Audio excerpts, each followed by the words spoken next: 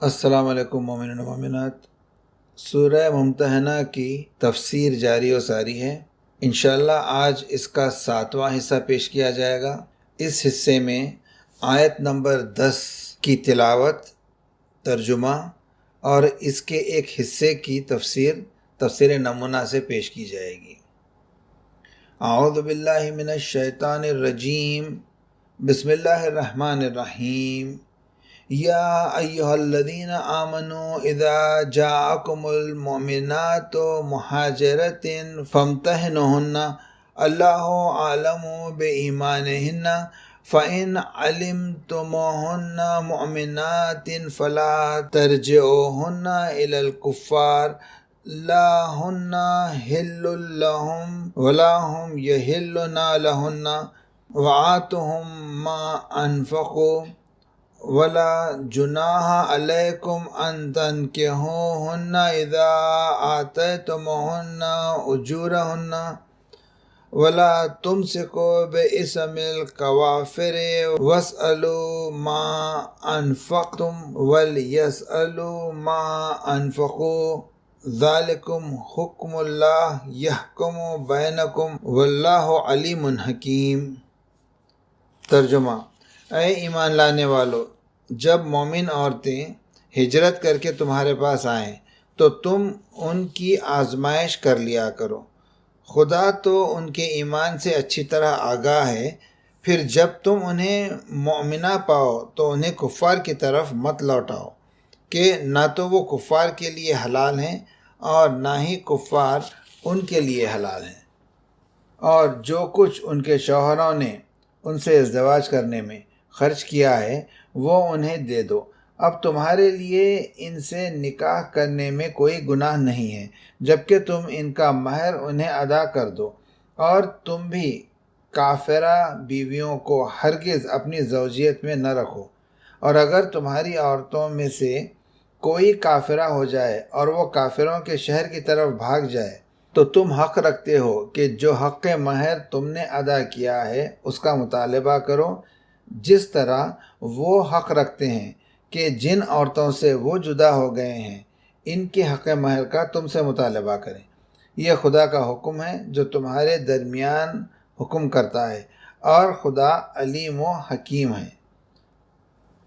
شان نزول: مفسرین کی ایک جماعت نے ان آیات کے شان نزول میں اس طرح نقل کیا ہے کہ رسول خدا صلی اللہ علیہ وآلہ وسلم نے صلح حدیبیہ میں مشرکین مکہ سے ایک معاہدہ کیا تھا۔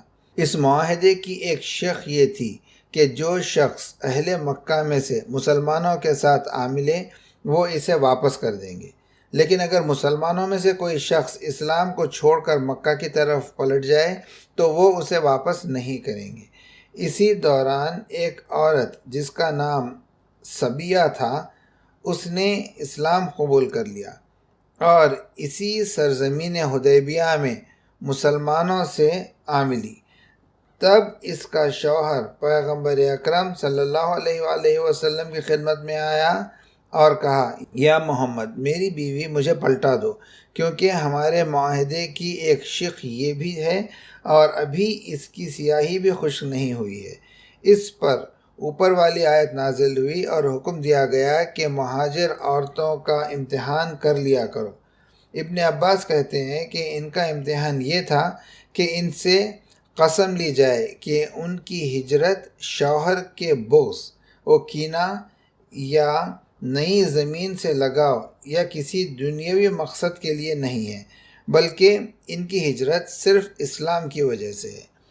اس عورت نے قسم کھائی کہ ایسا ہی ہے، تو اس موقع پر پیغمبر اکرم صلی اللہ علیہ وآلہ وسلم نے وہ حق مہر جو اس کے شوہر نے اس کو دیا تھا اور تمام خرچہ جو اس کے شوہر نے کیا تھا اس کے شوہر کو ادا کر کے فرمایا، قرارداد معاہدہ کی اس شق کے مطابق عورتوں کو نہیں صرف مردوں کو لوٹانا ہے۔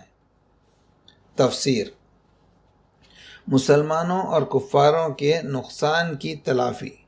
گزشتہ آیات میں بغض فی اللہ اور دشمنان خدا کے قطع تعلق کے بارے میں گفتگو تھی، لیکن زیر بحث آیات میں حب فی اللہ اور ان لوگوں سے جو کفر سے جدا ہو کر ایمان کے ساتھ تعلق قائم کریں رشتہ جوڑنے کے بارے میں گفتگو ہے۔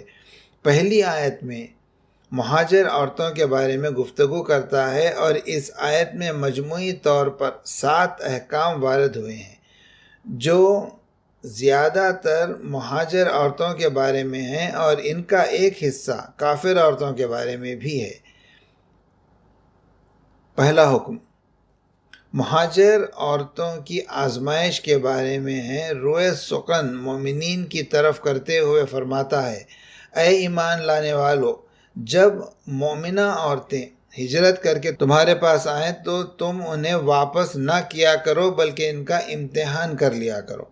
یا ایھا الذین آمنوا اذا جاءکم المؤمنات مہاجرات فامتحنوہن، انہیں مومنات کہنے کے باوجود امتحان کا حکم دینا اس بنا پر ہے کہ وہ ظاہری طور پر تو شہادتین کو زبان پر جاری کرتی تھی اور اہل ایمان کے زمرے میں تھی، لیکن یہ امتحان اس لیے تھا کہ اطمینان ہو جائے کہ یہ ظاہر باطن کے ساتھ ہم آہنگ ہے۔ باقی رہا امتحان کا طریقہ، تو جیسا کہ ہم نے بیان کیا وہ اسی طرح سے تھا کہ انہیں قسم دلاتے تھے کہ ان کی مہاجرت اسلام قبول کرنے کے علاوہ کسی اور مقصد کے لیے نہیں تھی۔ انہیں یہ قسم کھانی چاہیے کہ انہوں نے شوہر سے دشمنی یا کسی دوسرے مرد سے تعلق یا مدینے کی سرزمین سے لگاؤ اور اسی طرح کی دوسری باتوں کے لیے ہجرت نہیں کی ہے۔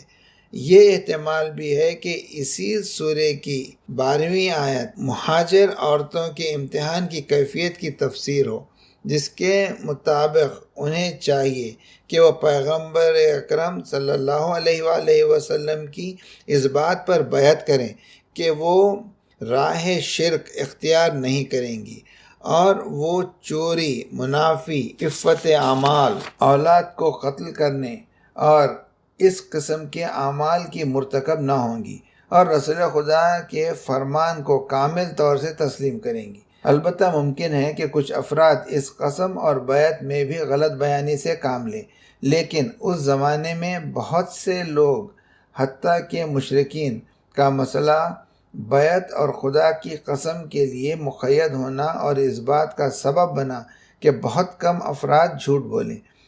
اس طرح سے مذکورہ امتحان اگرچہ ہمیشہ ان کے ایمان واقعی کی دلیل تو نہیں ہوتا تھا، لیکن عام طور پر اس واقعیت کو بیان کرنے والا ہو سکتا تھا۔ لہذا بعد کے جملے میں مزید کہتا ہے، خدا ان کے دل کی اندرونی کیفیت اور ان کے ایمان سے متعلق سب سے زیادہ آگاہ ہے۔ اللہ عالم بایمانہن۔ دوسرا حکم اس کے بعد والے حکم میں فرماتا ہے، جب وہ اس امتحان میں پوری اتر جائیں اور تم نے واقعی انہیں مومنہ جان لیا تو پھر انہیں کفار کی طرف نہ پلٹاؤ۔ فَإِنْ عَلِمْتُمُوهُنَّ مُؤْمِنَاتٍ فَلَا تُرْجِعُوهُنَّ إِلَى الْكُفَّارِ۔ یہ درست ہے کہ حدیبیہ میں زبردستی کے معاہدے کا ایک جز یہ تھا کہ وہ افراد جو مسلمان ہو کر مکہ سے مدینہ کی طرف ہجرت کریں گے انہیں مکہ کی طرف واپس لوٹا دیا جائے گا، لیکن اس جز کا عورتوں پر اطلاق نہیں ہوتا تھا۔ لہذا پیغمبر اکرم صلی اللہ علیہ وآلہ وسلم نے انہیں ہرگز کفار کی طرف نہیں پلٹایا۔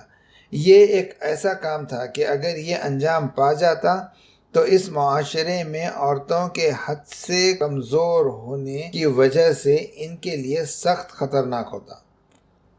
تیسرا حکم تیسرے مرحلے میں جو حقیقت میں گزشتہ حکم کی ایک دلیل ہے، مزید کہتا ہے، نہ تو یہ عورتیں کافروں پر حلال ہیں اور نہ ہی وہ کافر مرد ان ایماندار عورتوں پر حلال ہیں۔ لا ہن حل لہم ولا ہم یحلن لہن۔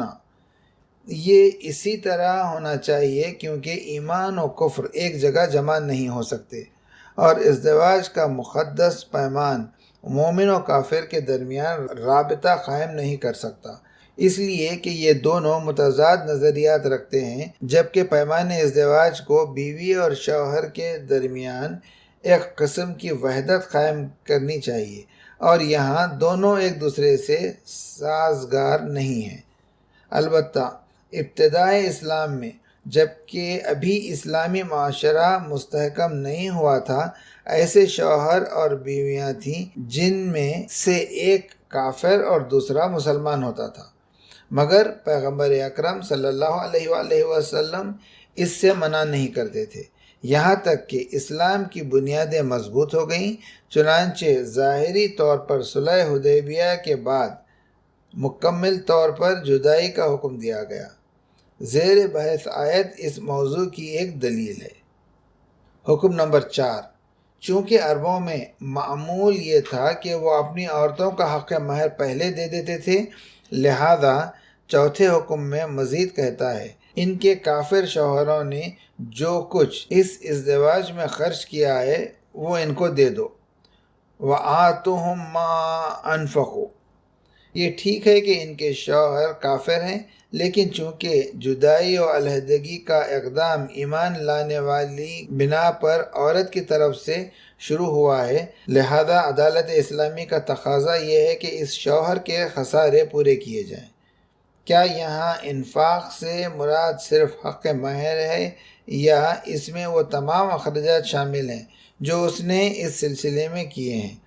اکثر مفسرین نے پہلے معنی کو اختیار کیا ہے، اور آیت میں قدر مسلم بھی یہی ہے، اگرچہ ابوالفتوح رازی کے مانند بعض مفسرین نے اپنی تفسیر میں دوسرے مخارج بھی اس میں شامل کر لیے ہیں۔ البتہ یہ حق مہر کا ادا کرنا ایسے مشرکین کے بارے میں تھا جنہوں نے مسلمانوں کے ساتھ حدیبیہ یا دوسرے مواقع پر ترک مقاسمت کا عہد کیا تھا۔ لیکن یہ مہر کس کو ادا کرنا چاہیے؟ ظاہر یہ ہے کہ یہ کام حکومت اسلامی اور بیت المال کے ذمے ہے، کیونکہ ایسے تمام امور جن کا اسلامی معاشرے میں کوئی خاص شخص ذمہ دار نہیں، وہ حکومت ہی کے ذمے ہوتے ہیں، اور زیر بحث آیت میں جمع مخاطب کا صیغہ اسی معنی کو گواہ کرتا ہے، جیسا کہ چور کی اور زانی کی حد والی آیات میں نظر آتا ہے۔ حکم نمبر 5، ایک اور حکم جو اوپر والے احکام کے بعد آیا ہے وہ یہ ہے کہ یہ فرماتا ہے اگر تم ان کے ساتھ نکاح کر لو تو تم پر کوئی گناہ نہیں ہے جبکہ تم ان کا حق مہر ادا کر دو۔ وَلَا جُنَاحَ عَلَيْكُمْ أَن تُنكِحُوهُنَّ إِذَا آتَيْتُمُوهُنَّ أُجُورَهُنَّ۔ صدق اللہ العلی العظیم۔ انشاءاللہ باقی کل۔